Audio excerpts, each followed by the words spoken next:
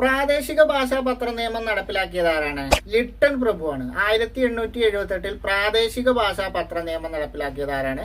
Lytton പ്രഭുവാണ്. അപ്പൊ നമുക്ക് വർഷവും അതുപോലെ ഈ ഒരു ലിട്ടൺ പ്രഭു ഒക്കെ പാടെ ഓർത്തിരിക്കാൻ നമുക്കൊരു ബുദ്ധിമുട്ടുണ്ട്.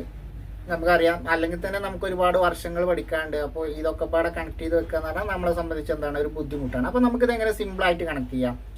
നമ്മൾ സാധാരണ എണ്ണുമ്പോൾ എന്താണ്, 8 കഴിഞ്ഞാൽ 9 ആണ്, 9 കഴിഞ്ഞാൽ 10, അങ്ങനെ 1 മുതൽ അങ്ങനെ ക്രമത്തിലാണല്ലോ നമ്മൾ എണ്ണുക.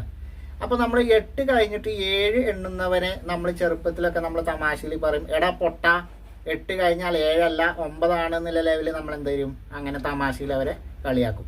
അപ്പൊ അങ്ങനെയാണെങ്കിൽ നമുക്ക് എന്താ, 8 കഴിഞ്ഞാൽ 7 അല്ല, അപ്പോൾ 1878, 878, 8 കഴിഞ്ഞാൽ 7 അല്ല എന്നുള്ള ലെവലിൽ ആ വർഷം കണക്ട് ചെയ്ത് വെക്കാം.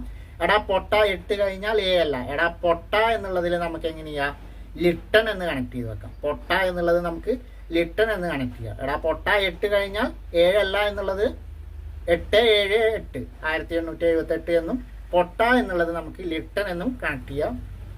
വെർണിക്കുലർ പ്രസ് ആക്ട് അഥവാ പ്രാദേശിക ഭാഷ പത്ര നിയമം.